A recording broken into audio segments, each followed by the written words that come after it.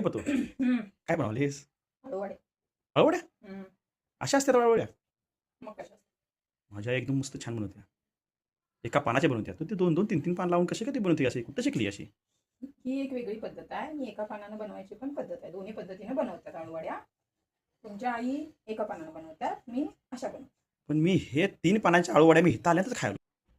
होय काय? पण माझ्या इथे एका पानाची बनवते तर परफेक्ट असं होते ना, काय सांगा आमच्या इथं एक नंबर बनवत्या अळूवड्या. एक नंबर म्हणजे असं असं काय सांगा तुला, त्या अळूवड्याच्या वाटतात बरोबर.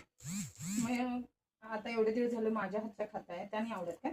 नाही आवडतं तसं नाही, आवडते तसं नाही. पण शेवटी कसं आहे ते आईच्या हातची चव ते आईकडं शिकलोय मी तुमच्या अळूवड्या बनवायला.